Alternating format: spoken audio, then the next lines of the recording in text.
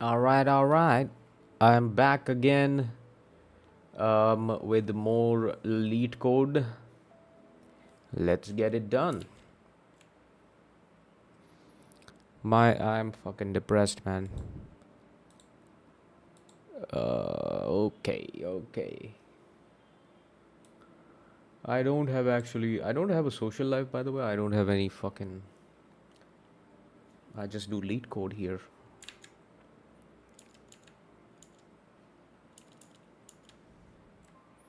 Okay, where was I yesterday? I completed graphs.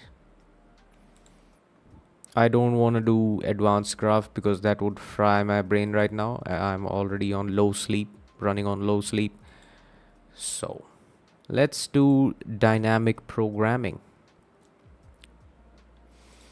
Okay, get started with the one dimensional dynamic programming. Okay, I'm already yawning. It's been fucking 1 minute. You're climbing a staircase, it takes n steps to reach the top. Each time you can either climb one or two steps. In how many distinct ways can you climb to the top? How many distinct ways can you climb to the top?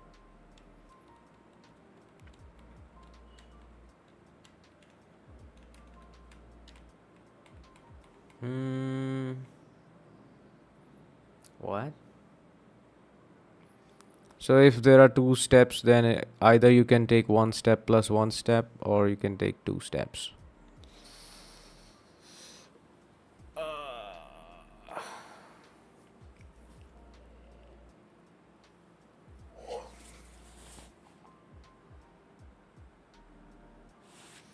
Okay. Hmm. Let's say if there are five stairs, one, two, three, four, five, and I have only two moves. Either I can move one step or two steps, right? I'm at ground floor, which is this. So this is my player. Either I can go here or I can go here.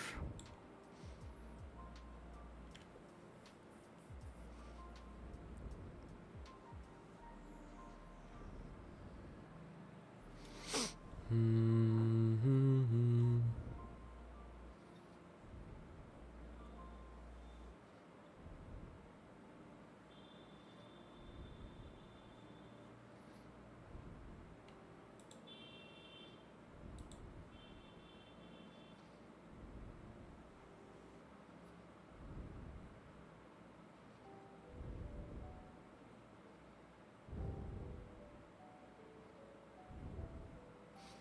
I think it's just like Fibonacci, I believe.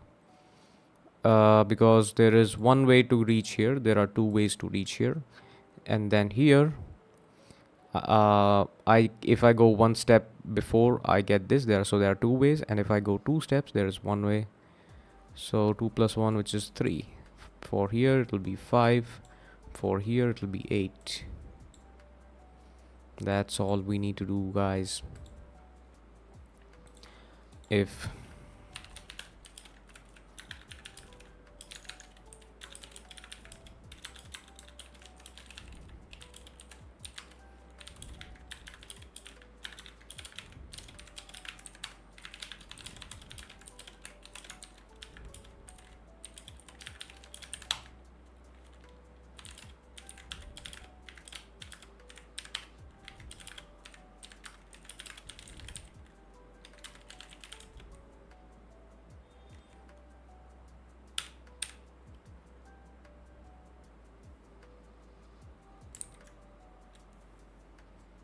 mm-hmm. Mm-hmm. That's all. Next, minimum cost climbing stairs. Similar, sounds similar.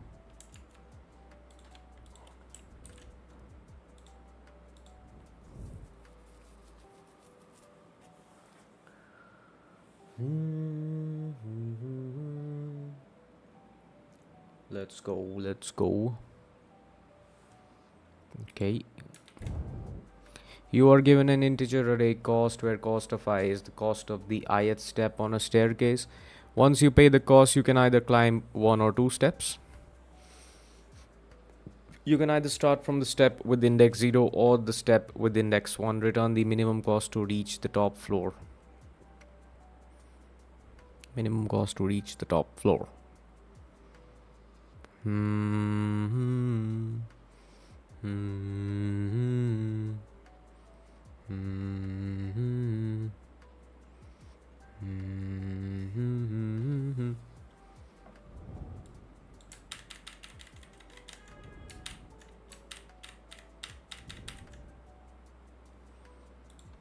Shouldn't this be just a minimum function added to the thing? So top floor is basically end of array. So I can simply take the minimum of these two here. No.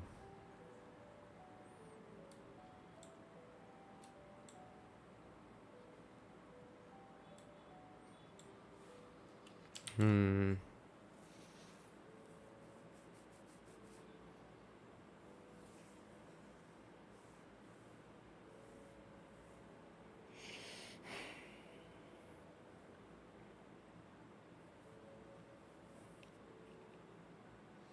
So in DP array, what I need to do is I can either start on the 0th step or the first step, right? Index with 0 or index with 1, right? So I can start, so that doesn't count, right? No, it does. It does. It does. So the cost of starting with this is this. Cost of starting with this is this. Now here, cost of reaching here will be minimum of 1. Minimum of these two plus 1, so it will be 2. Cost of reaching here will be minimum of 102 plus 1, which is 3. Cost of reaching here will be minimum of these two plus 1, which is 3. Cost of reaching here minimum of the 3, 103. Cost of reaching here will be minimum of these two, which is 3 plus 1, 4. Cost of reaching here will be 5. Cost of reaching here will be 104. Cost of here reaching will be 6. Now if I am at 6, I can simply jump off, and that's the thing. Yup. That's all we need to do. So we create a similar vector of the same size. dp of 0 is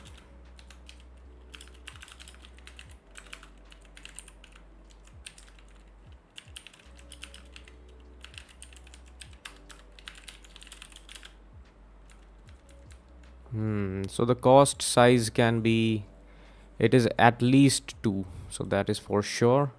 So you can start from 2.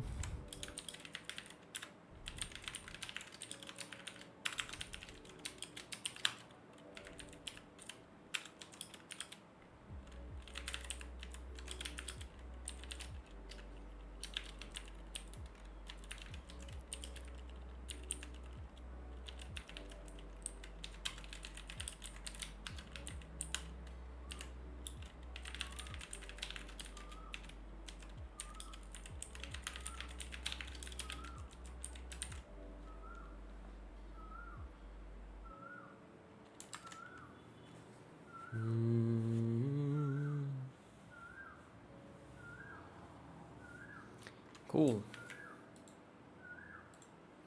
House robber.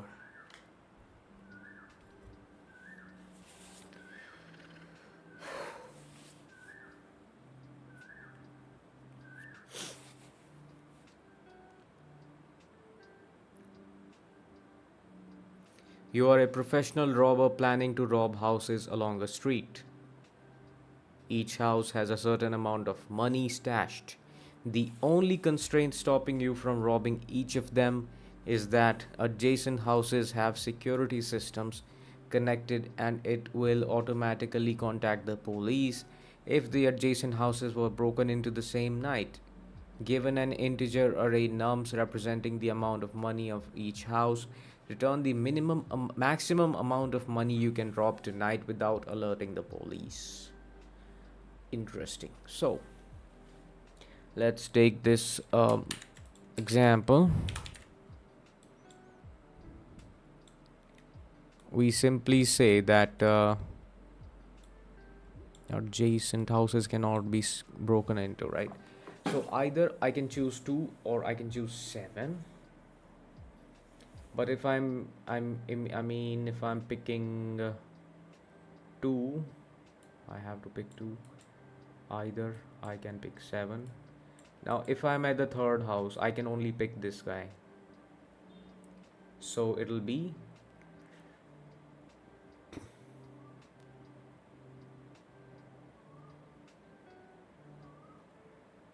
what it can be. Maximum of 9 plus 2 or this, right?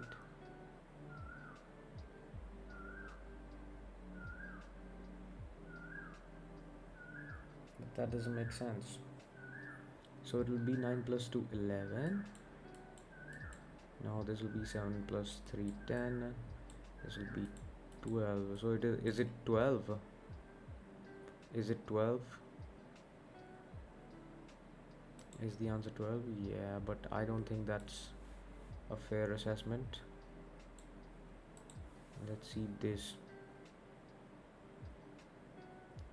I got loyalty and royalty inside my DNA.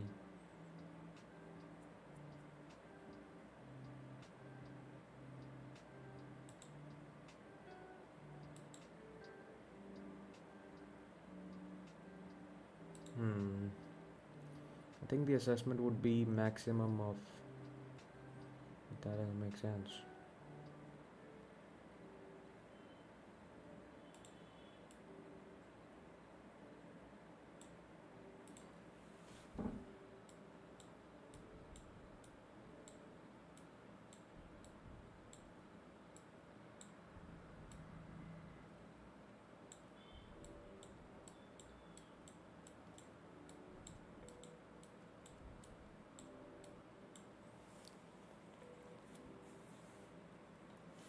Now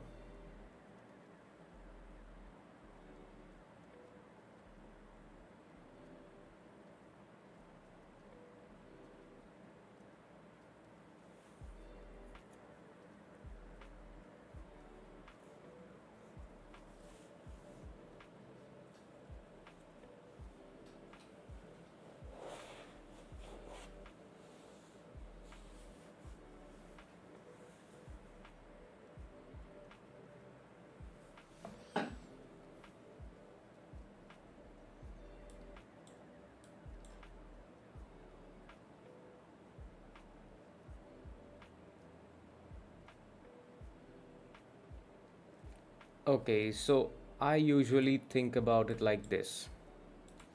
Here I have two options when I'm at this house, 0th house.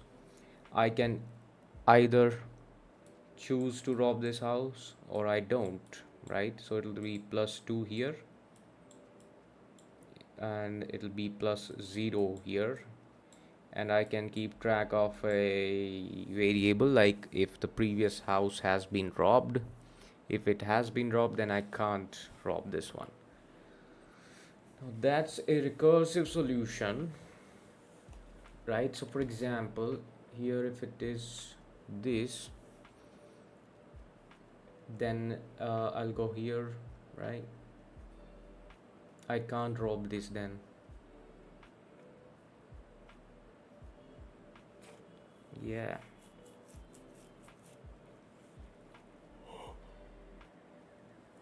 Then I have to skip 7 in this branch, but I can pick 7 in this branch. So here I still have the option of choosing.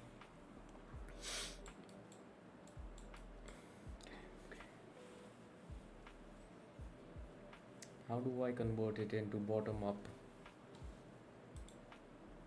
I get loyalty and royalty inside my DNA.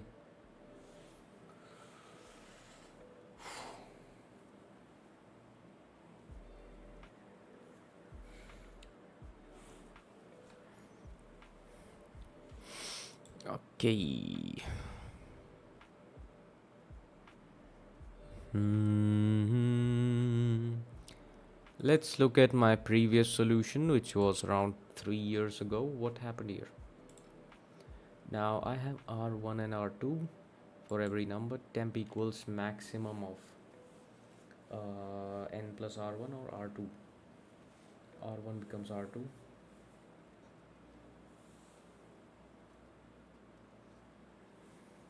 Okay. Now how does this work? Initially everything is 0. So in R1 I'm adding the current house, and R1 becomes R2. R2 becomes temp.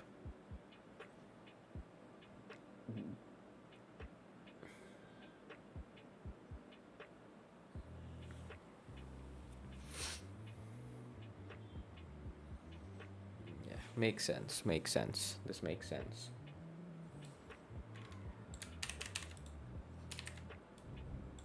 So basically I'm just keeping track of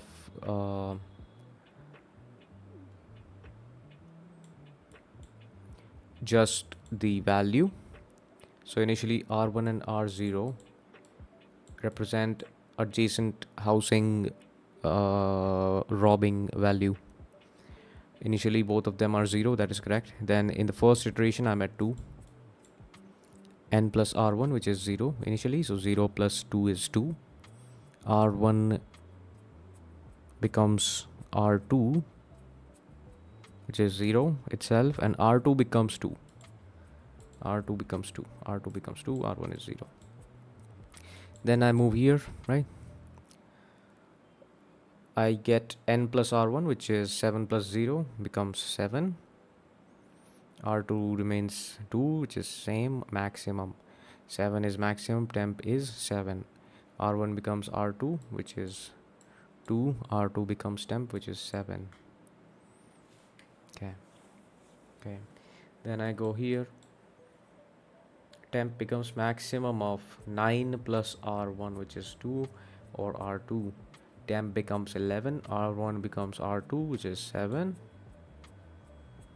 Okay, so basically R1 represents the thing that doesn't include the current house, and R2 represents the max value. Basically, that's the point.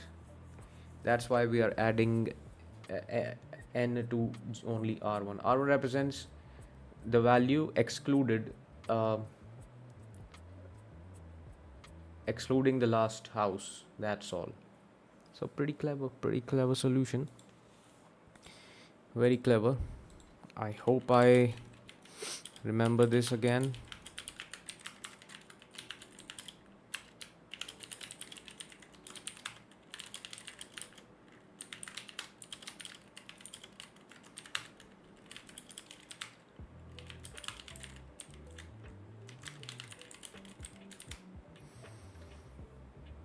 I got royalty and loyalty inside my DNA.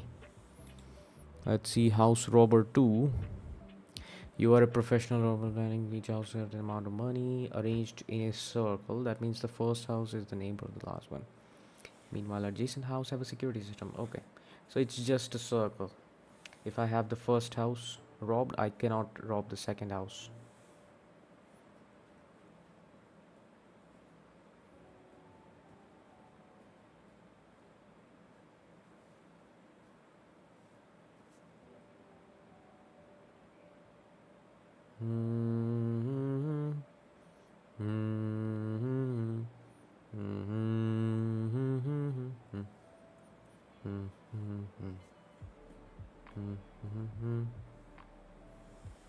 Okay.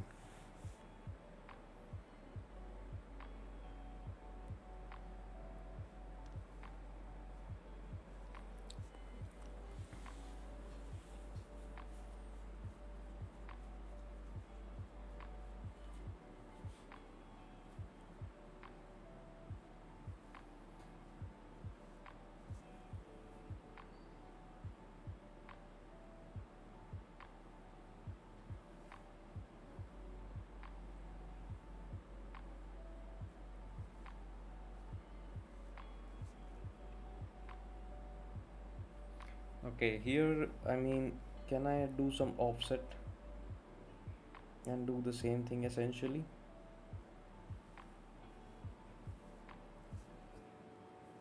I should have slept, man. I should have taken rest. Okay, let's look at my previous submission. Okay, I've just solved it once only. Let's see what I did. If n is 1, then just return that. Otherwise, return max of helper. Okay, same code. Either we start from 0. Hmm.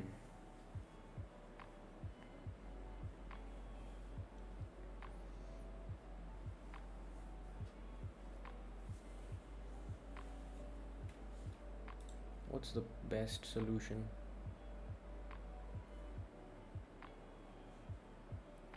The same shit.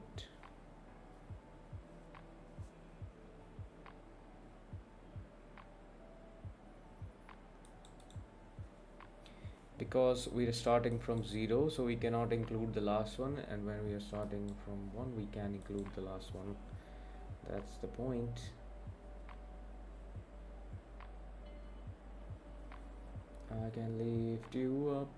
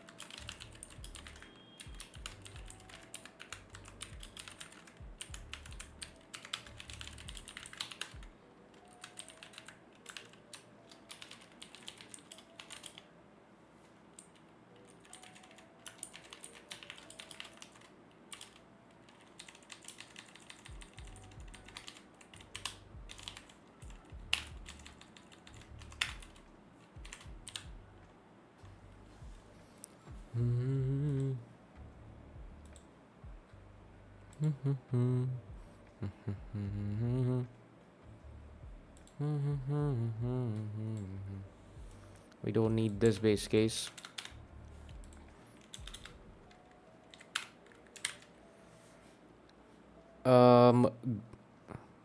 Brian in tech, great job, mate.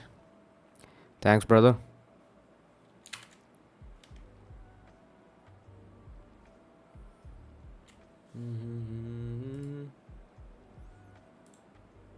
Longest palindromic substring. Given a string S, return the longest palindromic substring.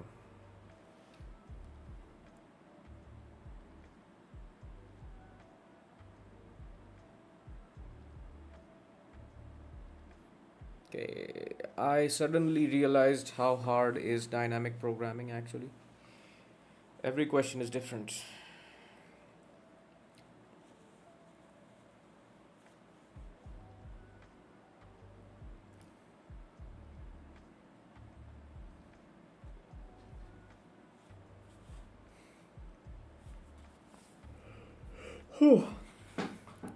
Okay, so what do I need to do here? Palindromic substring. Palindromic substring.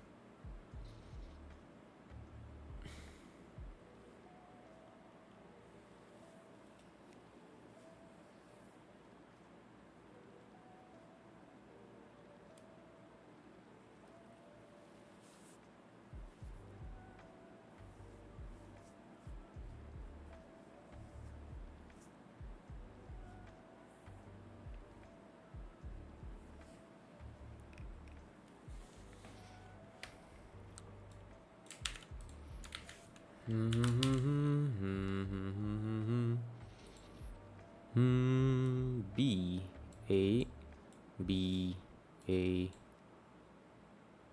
D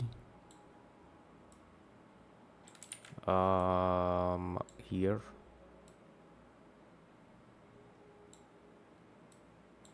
two.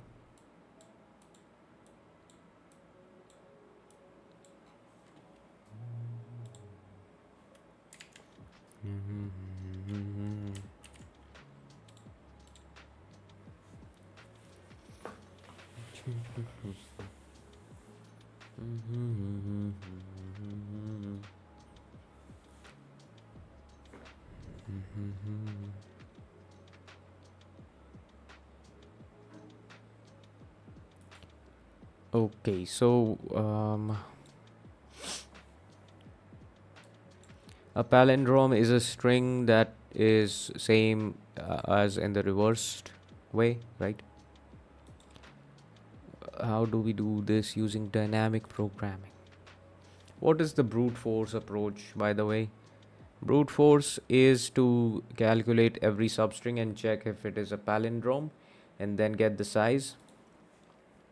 Do I have to return that string or just the length? I have to return that string. Okay, so I start with 0.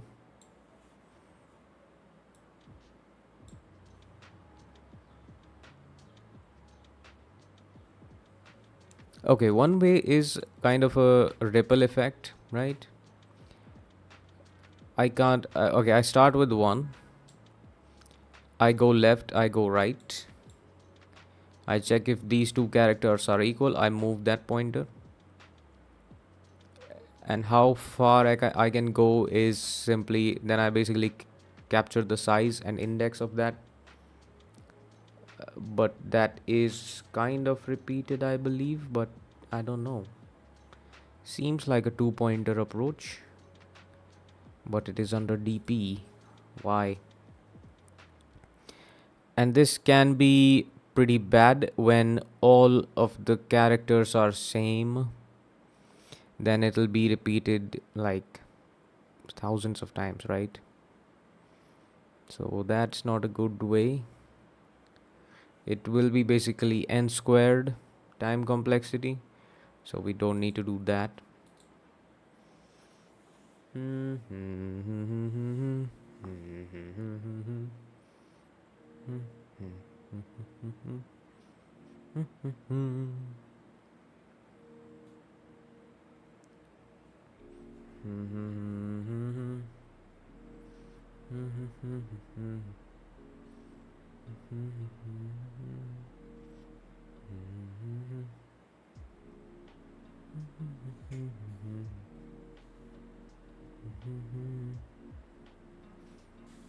Will n square work? I don't know. I think so. Okay, let's try this 2-pointer approach. Fuck it. So we start from the first character.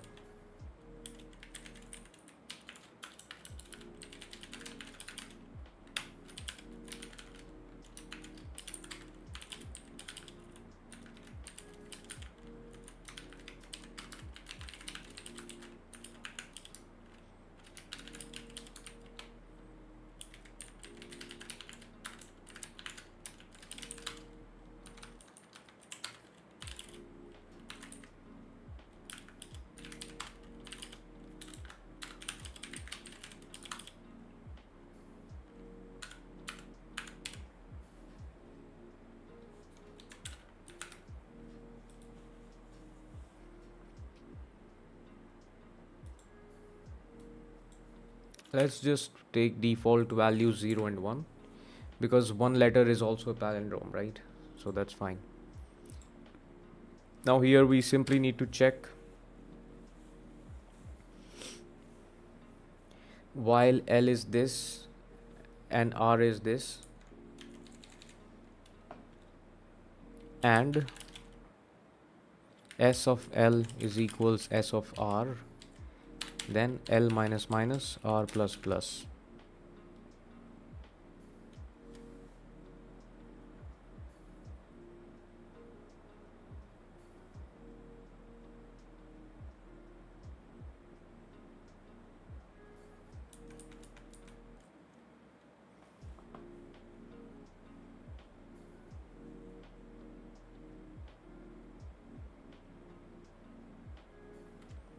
and after that it will be if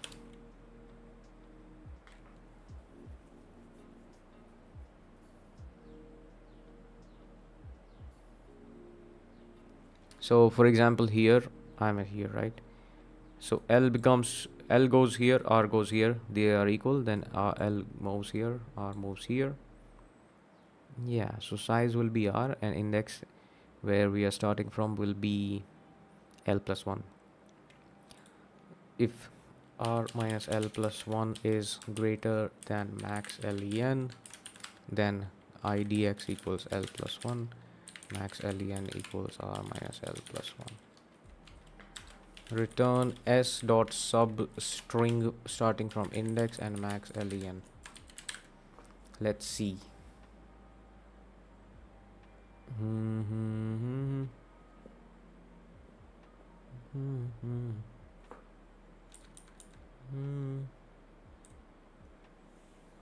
What?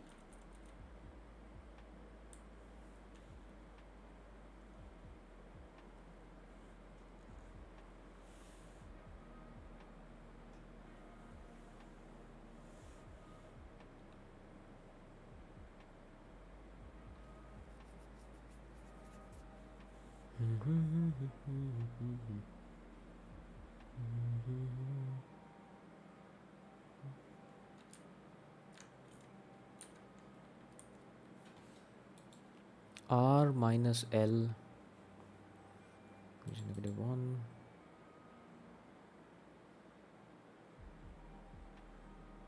Oh.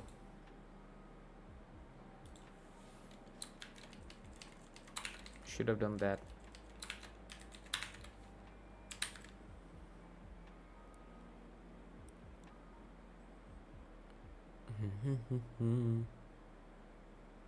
Okay, what if in case of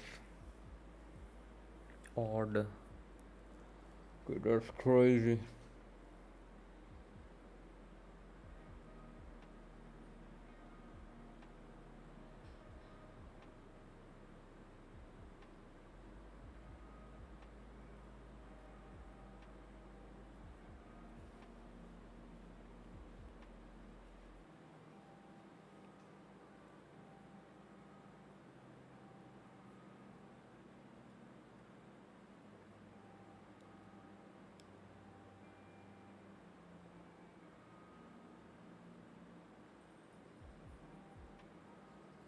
In cases of even length palindromes, what should we do?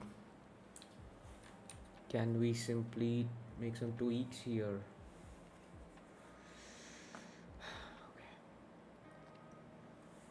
We could do one thing. We can check beforehand, right?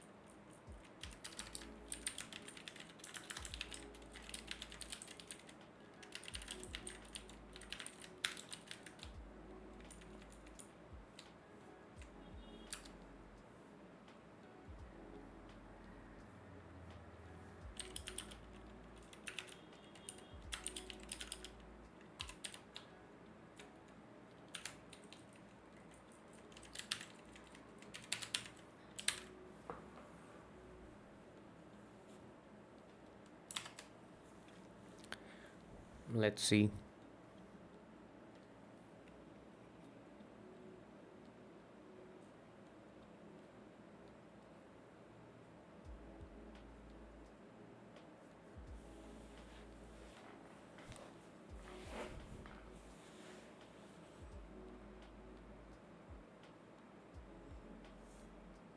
Negative 1, 0, 1, 2. Yeah, it's 2, right?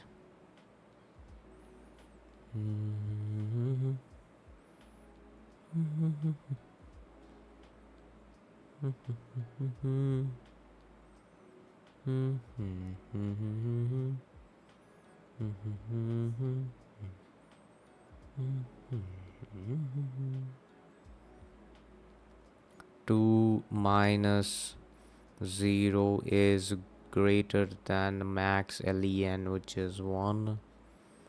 idxl plus 1 max len this. It should work. Why isn't it this working? idx 0 max len 1. Okay, then we start from 1, right?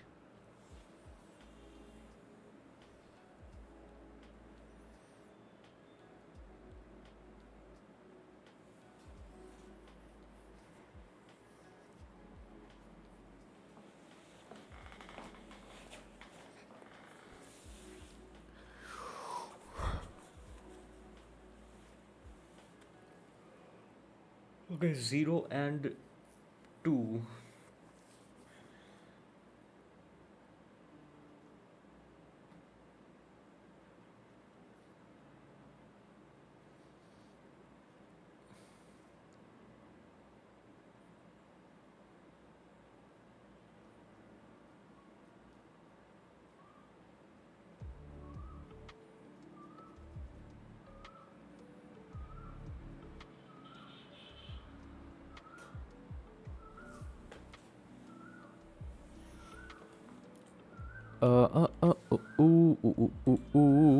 Why isn't this working, man? Please, brother.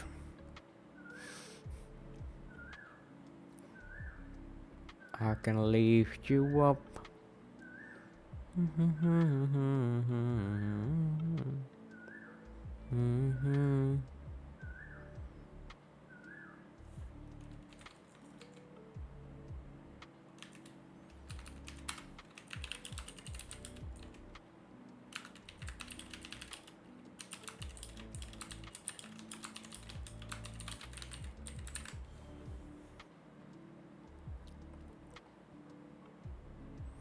It's not even going here.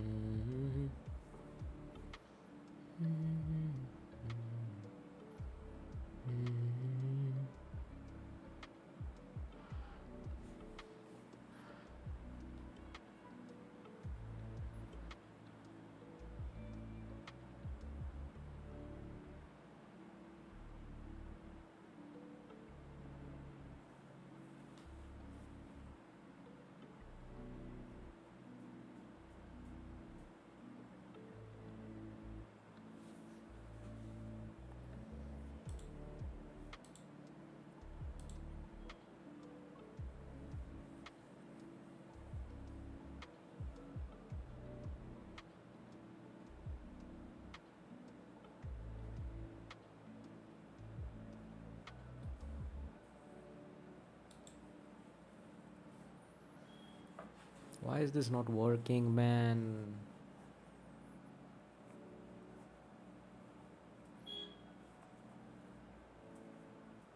Oh shit. Oh, okay. Fuck. That was the case, man. Okay, got it. Let's try and submit. Okay, it beats this, but why is this Why is this a DP question and not a two-pointer question? I need to know that. Let's see description topics. How is it this dynamic programming?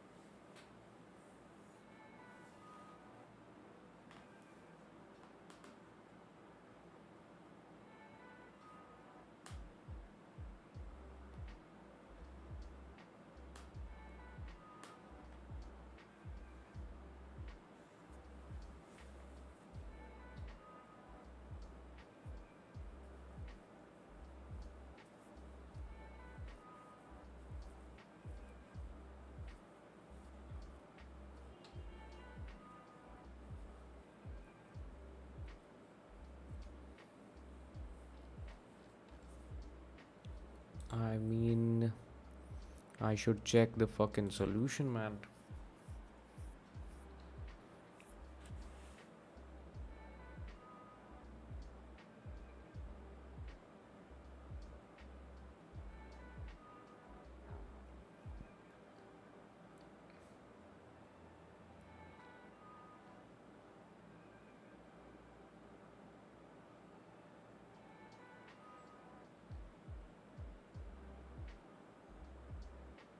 What the fuck is this order of n? What the fuck? I'm not studying this, man. Fuck this. Manager's algorithm. Seems way too complicated already. So in DP, what is he doing? Okay, he has a res index and res length. Okay, then we have a DP of boolean, a 2D, two-dimensional DP actually. But we are in 1D DP, man. What the fuck is happening? Then what's happening here is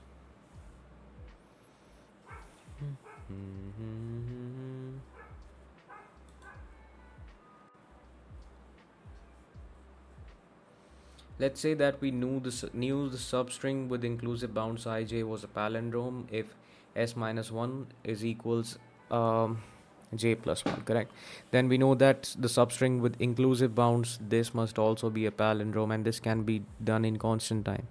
We can flip the direction of this logic as well. If si and sj are equal and the substring I plus 1 j minus 1 is a palindrome, then the substring ij must also be a palindrome, correct? We know that all substring of length 1 are palindromes. From this we can check if each substring of length 3 is a palindrome using the above fact. We just need to check every I and j where j minus I is equals to. Once we know all palindromes of length 3, we can use that information to find all palindromes of length 5 and then 7 and so on. What about even length? A substring, okay. Yep, let's use a table DP with dimensions n by n is a boolean representing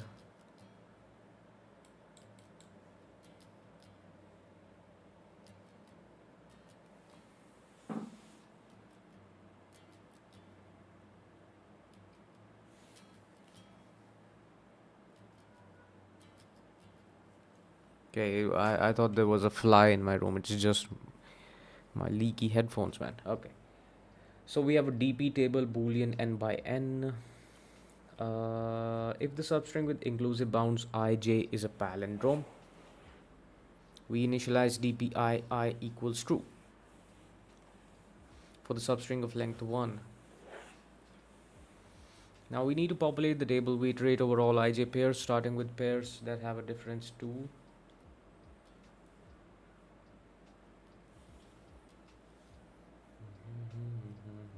Let's take a look at here.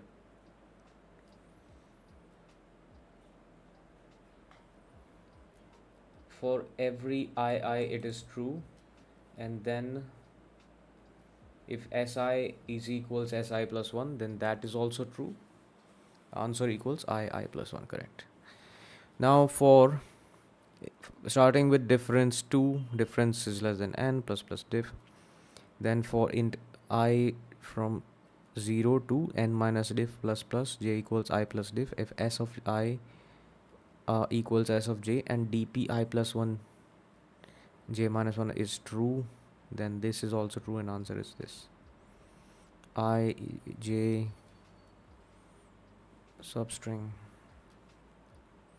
Okay, got it. Yep, makes sense, makes a lot of sense. Easy, straightforward answer. Okay, yeah, we can write this. We can write this for sure.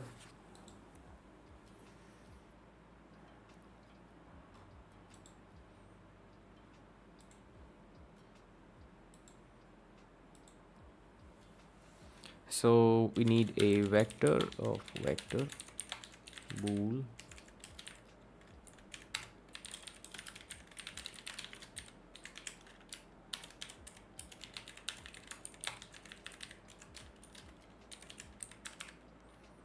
all one length strings are palindromes.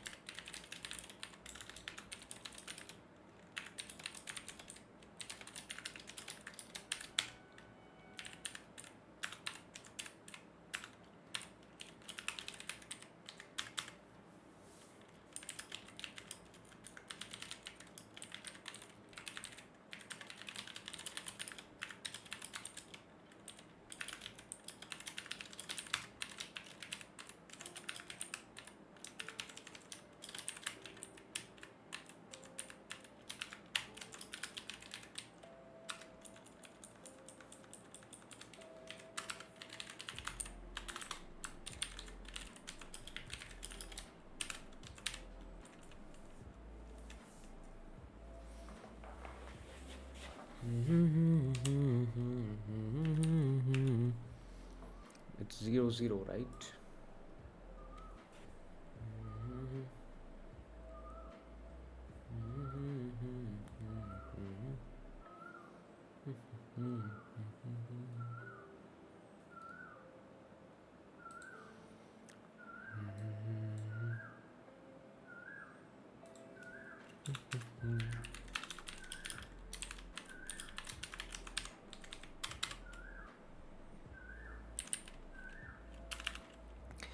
Then check for each diff size.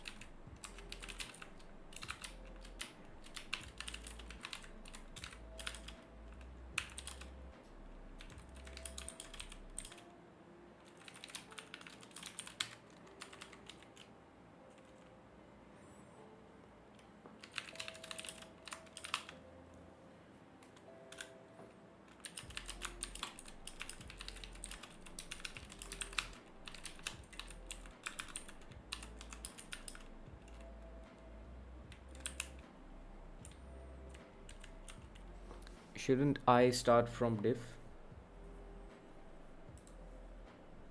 No. Ah, j is I plus diff, okay.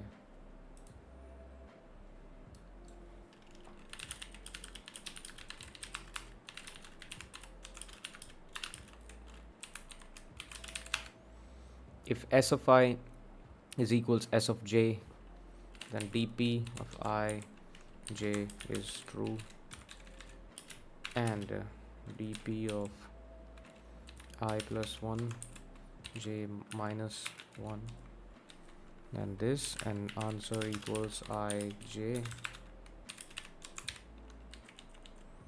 and at the end return s dot substring starting from answer of 0 and length is answer of 1 minus answer of 0 plus 1.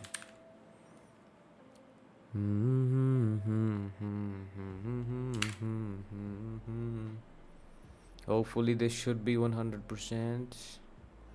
No, it is slower than that. So 2-pointer also works. And we got 100 subs. I don't know when that happened, but yay. Yes.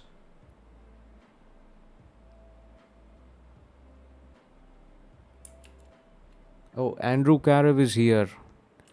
My chat is not updating. What's the deal about that? Oh, I wasn't scrolled down. Another productive day, bro. Yes, sir. Congrats with 100 subs. Yes. 100 subs. You know what? Let's do something to celebrate these 100 subs.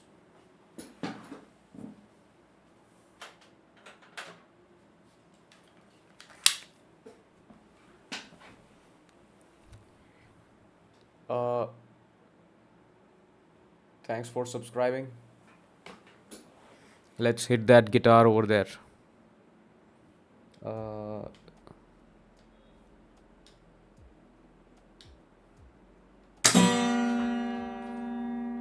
that was fun.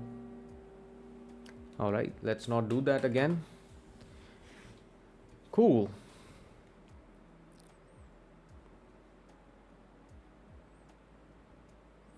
Okay, next question. Practice. I'm here. Palindromic substrings. Uh, okay, let's. Yeah. Okay, I'll change the stream title in the next stream. Let's keep it this for this one. Okay, palindromic substring. Given a string S, return the number of palindromic substrings in it. A string is a palindrome when it reads the same backward as forward. A substring is a contiguous sequence of characters within the string. S equals ABC, output 3 palindromic substrings A, B, and C. What? So it's kind of similar to the previous one. Yep, and we just need to return the count, right? So it's very similar to previous one. We can simply copy and paste and make some tweaks, and that will be good to go. So I'm copying the same code, post it here, and then instead of returning this, we can simply keep a count. Initially it is 0, count plus plus, count plus plus, count plus plus, and return count. That's all. That's all there is. We don't need answer because we don't need to actually return the longest substring or anything. Let's see. Yep, same code. Next one, decode ways. You have intercepted a secret message encoded as a string of numbers. The message is decoded via the following mapping. 1 is A, 2 is B, yada yada yada. However, while decoding the message, you realize that there are many different ways you can decode the message because some codes are contained in other codes. Yep, 2525. For example, 1106 can be decoded with 11106, 111006, 11106. Oh, 06 is invalid because 06 is not a valid code. Okay, that's fine. There may be strings that are impossible to decode. Given a string S containing only digits, return the number of ways to decode it. If the entire string cannot be decoded in any valid way, return 0. The test cases are generated so that the answer fits in a 32-bit integer. So I can see one recursive solution for this, which will be easier. So code is basically of length 1 or 2 because there are 26 letters in the alphabet. So it will be either, 2 digit or 1 digit, right?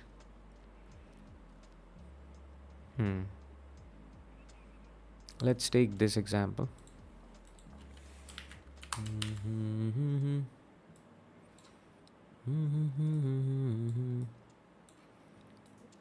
Okay, 11106.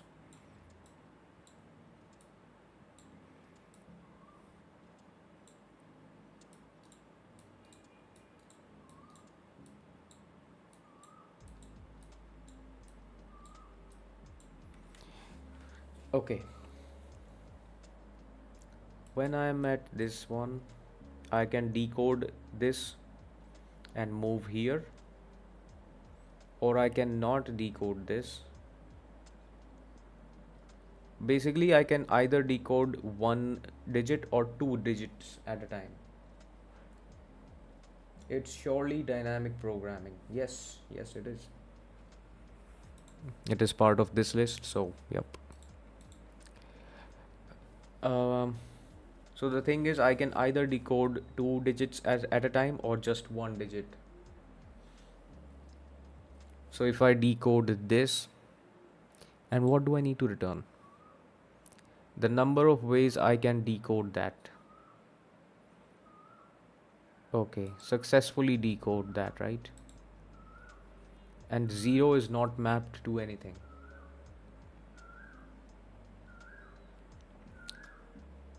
Oh, I didn't see. That's all right, man. All right. And 0 is not mapped to anything. Mapping starts from 1. That's a key point to note here. 1 is A and 26 is Z.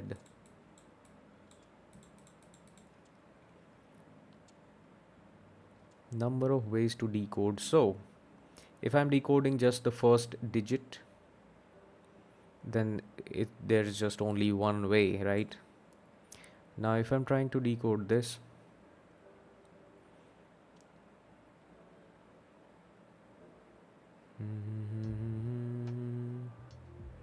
I need to check if this is a valid, if this and if 1 and 11 are valid points in the map. They are. So,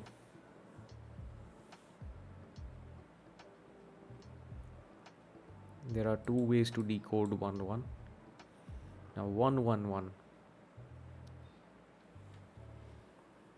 1 is a valid thing. 11 is also valid. So it will be 3. Now 0 is invalid.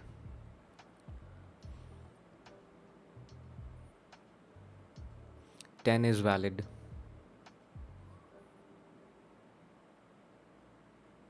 So how many ways can I decode 1 1 1 0? It will be 1 1 10, or it can be 11 10, right? Can it be anything else?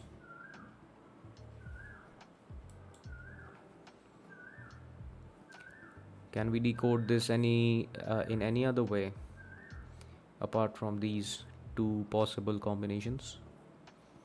So this has to remain with 1, right? 0 has to remain with 1. 0 cannot go standalone as a decoded thing. So okay, so this is basically 1 unit, right? It can be 1 1 10, 11 10. That's all, right? So just two ways.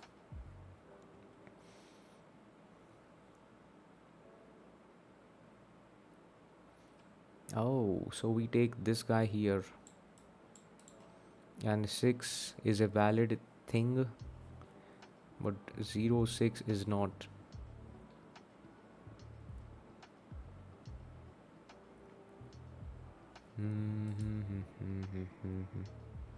What's the answer of this? What is the answer? Is it just uh,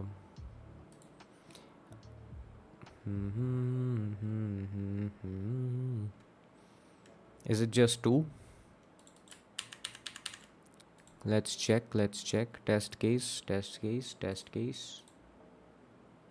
Add a test case here. Boom. Is it just 2? Fucking hell.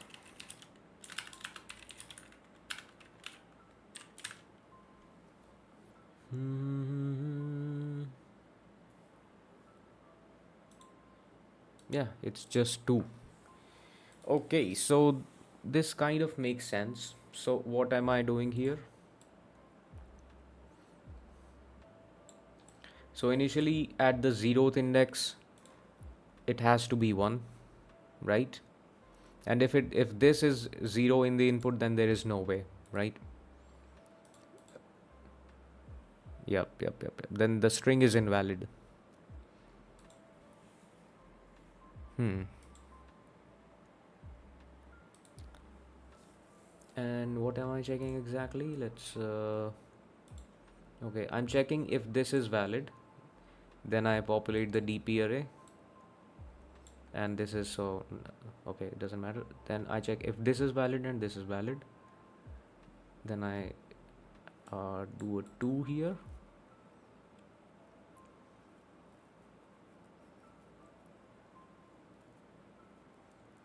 Hmm.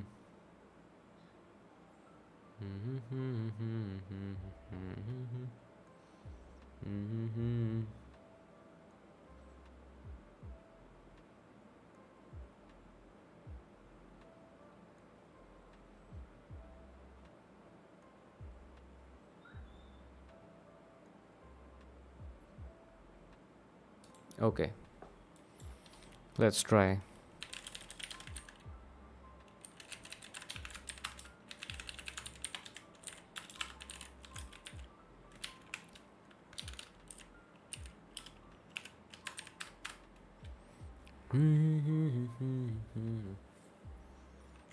Let's write a function.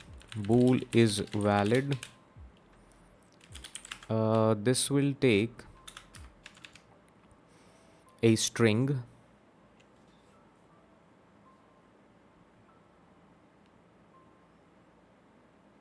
and tell if it is a valid thing or not. Okay, if is valid s dot sub string 01.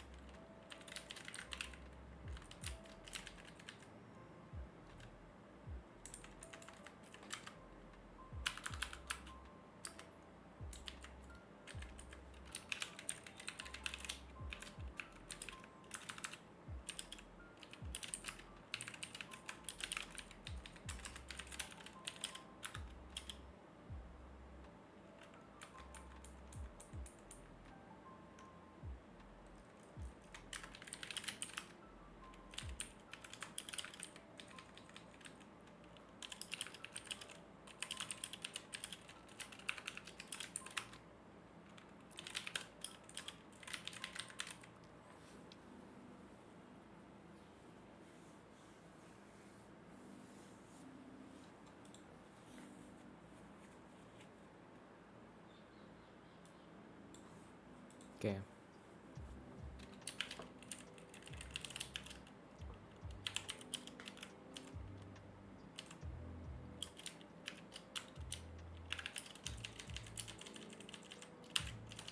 This substring function might affect a lot of performance.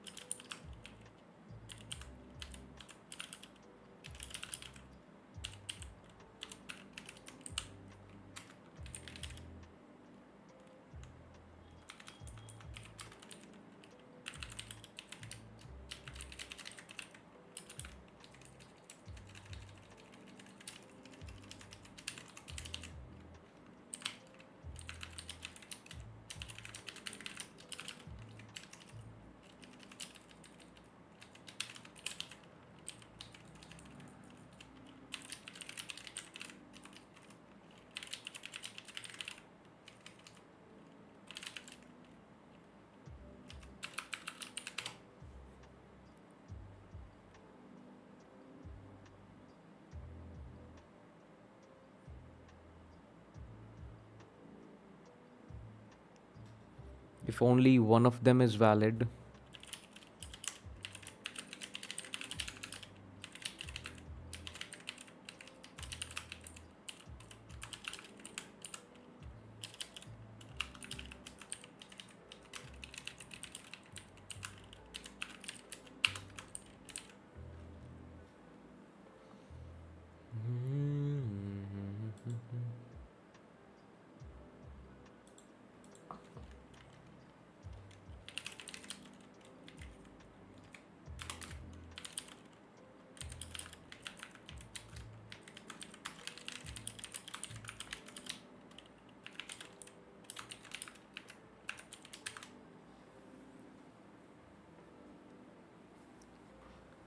Okay, we messed up. You know what, my brain is kind of cooked. I'll just look at my old solution and see what I did. Okay, so we have a dp. There is only one way to make an empty string, dp of n plus 1. Okay, then we start from the end. Then we check if it is a 0, if a single digit letter can be made, if a single digit letter can be made at index I. Then dp of I plus equals dp of I plus 1. If I plus 1 is less than n,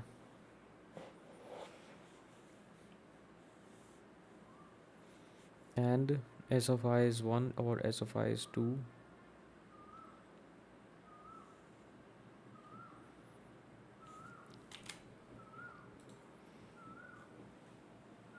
same solution. Let's take a look what's happening actually.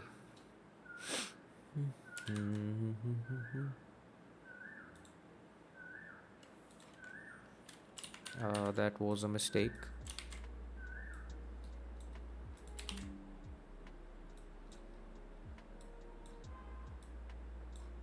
Okay.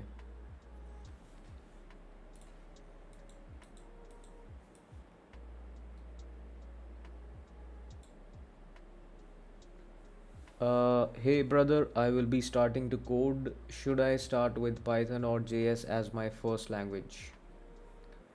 It doesn't really matter much if you are a beginner. Just stick with the language and learn it as much as you can. And it depends on what you are trying to code. Are you trying to do lead code questions, or are you trying to develop a project? Then it depends on what project you are trying to build. So there are a lot of variables. But if you're just trying to just learn programming, it doesn't matter. They're all the same pretty much.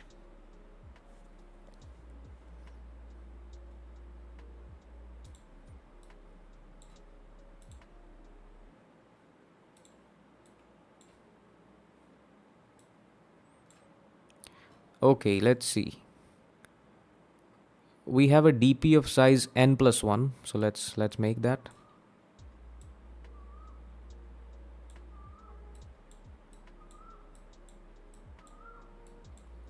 Zero, 1. Thanks, I'll go with Python as I'm a beginner. Great choice.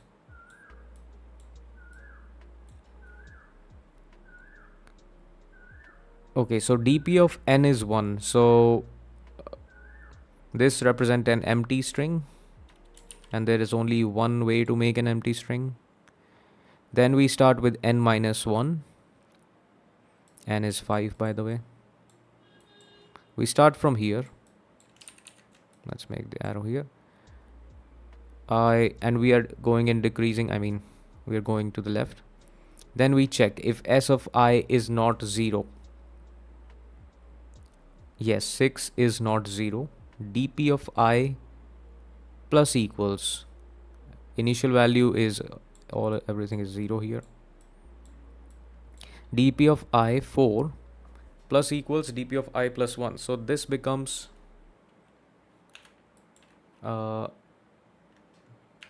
this becomes 1. Then we check if I plus 1, 4 plus 1 is less than n. It's not. Then we skip this. Then we go to 3. How long have you been programming? Okay, it's been a while, man. So I started programming in school actually. What year was that? So like my first experience of writing code was in 2016. So it's been almost 9 years. But it was school level. It was very basic C++ language. So yeah, that was my first experience. Professionally I've been programming for about 4 years now as a job. But yeah, first experience was in 2016.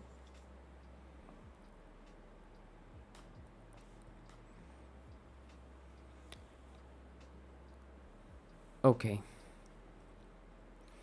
so we are at 3 now. Now S of I is 0.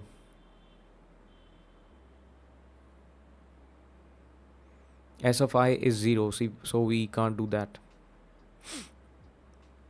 Okay. If I plus 1 is less than n, yep. And S of I is 1, or S of I is 2.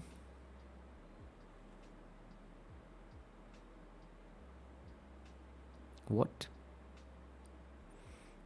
S of I is either 1 or the number is 26. Then dpi plus equals dpi plus 2. Would you like to work in a FANG company? Well, if you're offering, yes. But do I have the desire to work in a FANG company?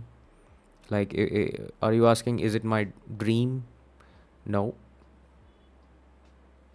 I believe dreams should be much bigger than working at a company.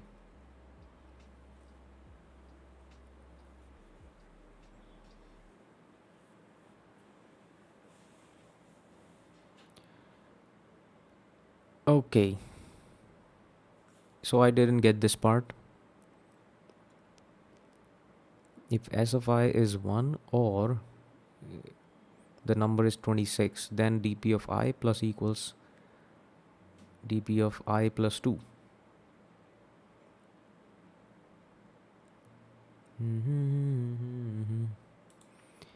Maybe we need to look at the GOAT, the legend, neat code video to understand this.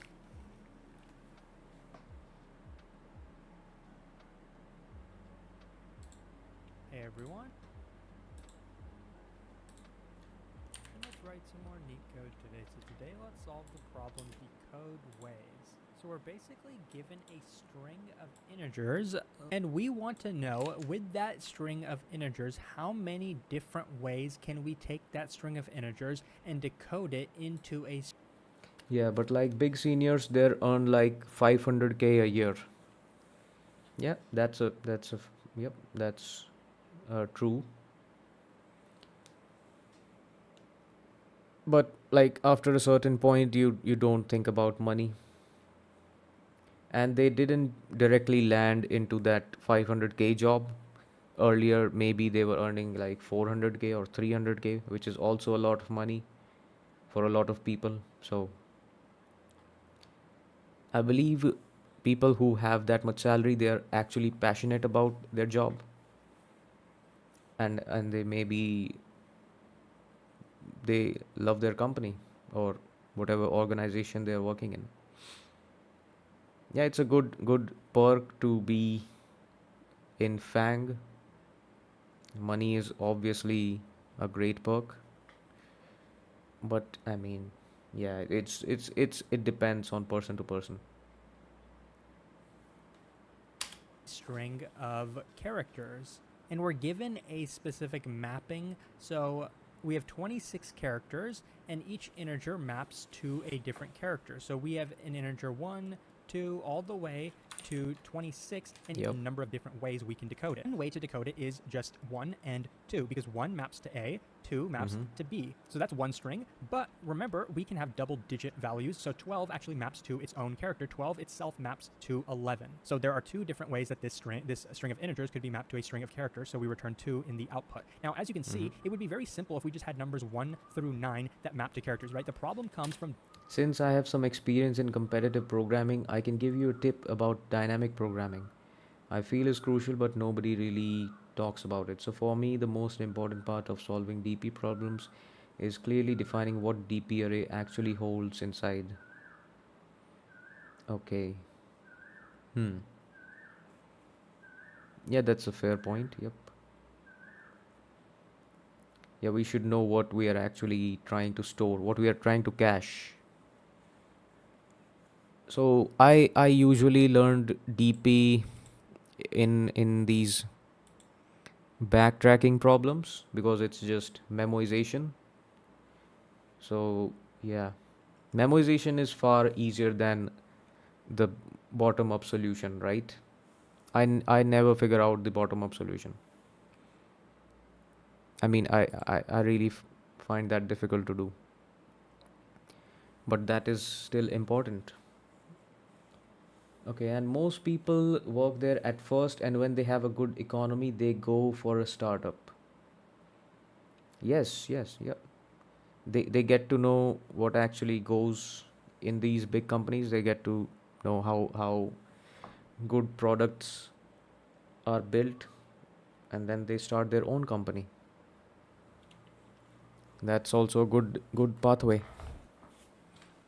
Okay, let's get back double here. digits, right, from 10. 10, a string like this can be taken in two different ways, right? 1, 0, or just 10, right? So that's where the complexity is going to come from. From a string like this, we can have two different decisions. So we're going to be using a decision tree to kind of figure out Yep. all the possibilities with this. At least that's going to be the brute force approach. The only problem is that there's going to be a few different edge cases we have to worry about. For example, we could have a string like this. We could have a string like 0, 6, right? What exactly does this map to? Well, 0 is not even in our input, right? Basically, 0 itself does not map to any character, right? 6 could map to a character, but 0 does not. So if we ever get a 0, a string starting with 0, that's invalid. So we have to return 0. In that case, this cannot be mapped to any, this cannot be decoded in any way, so we return 0.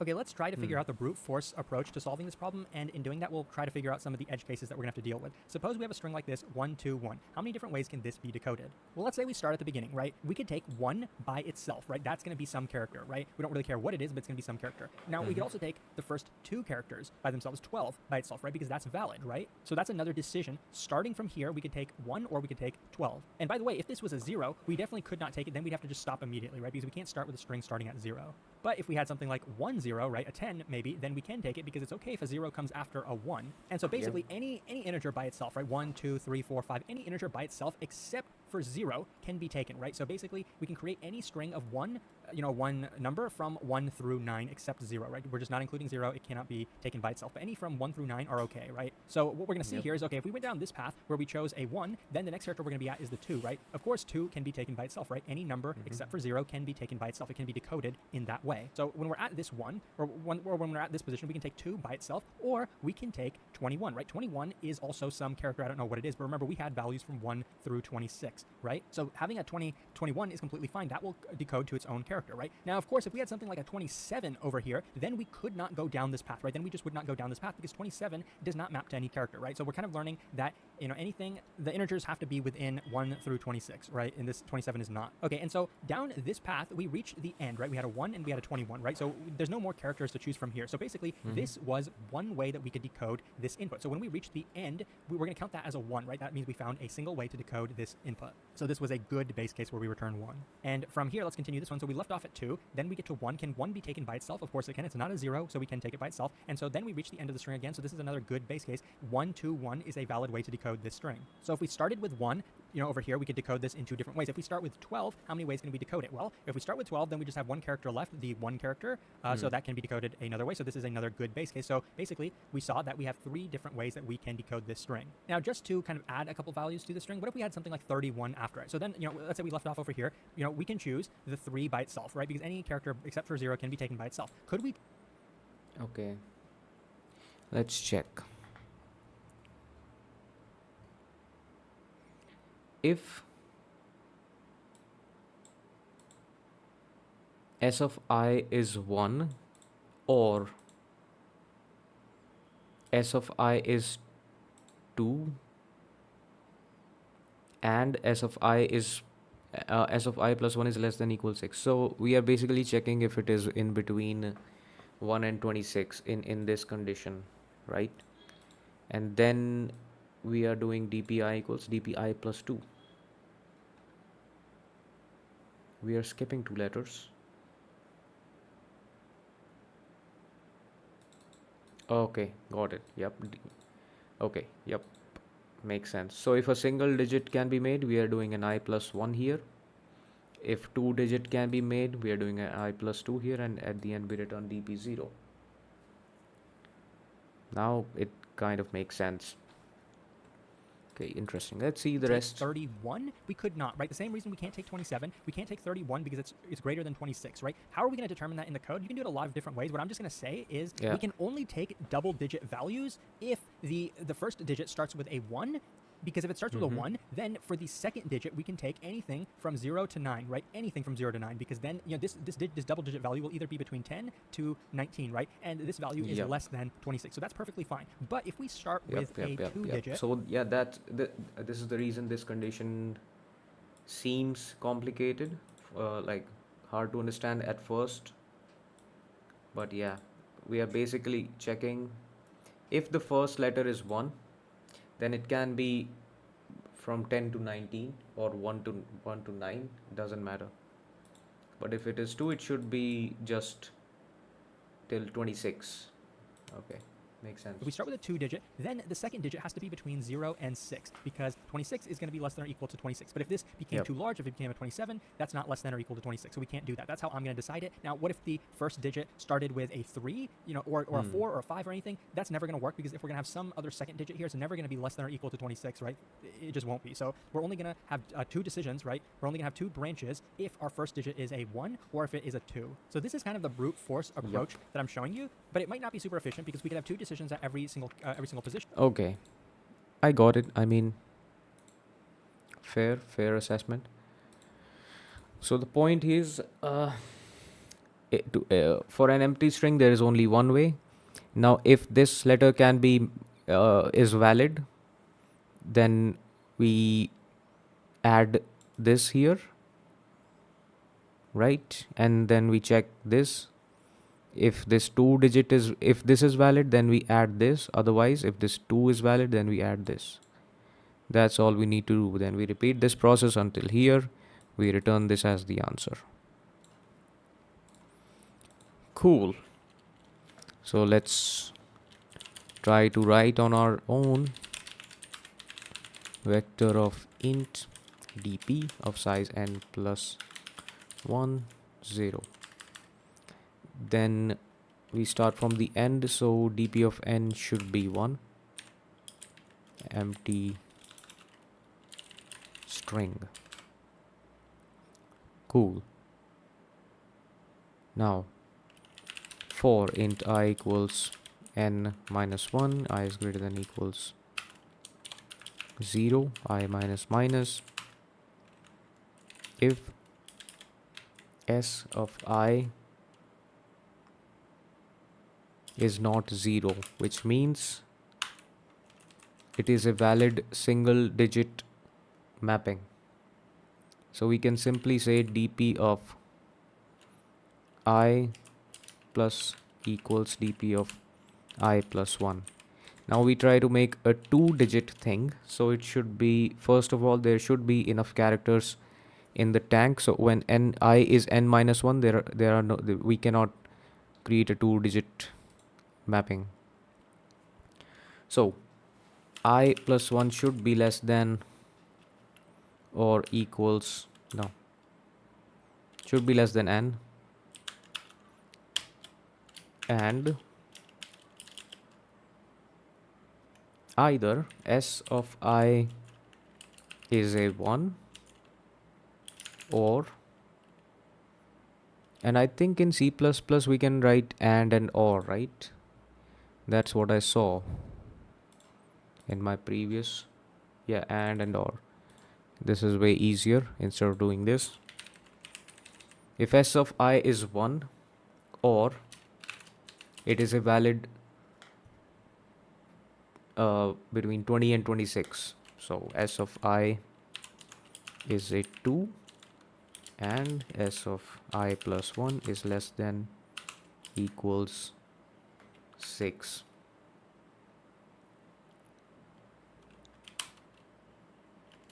Then dp of I plus equals dp of I plus 2. At the end, return dp of 0.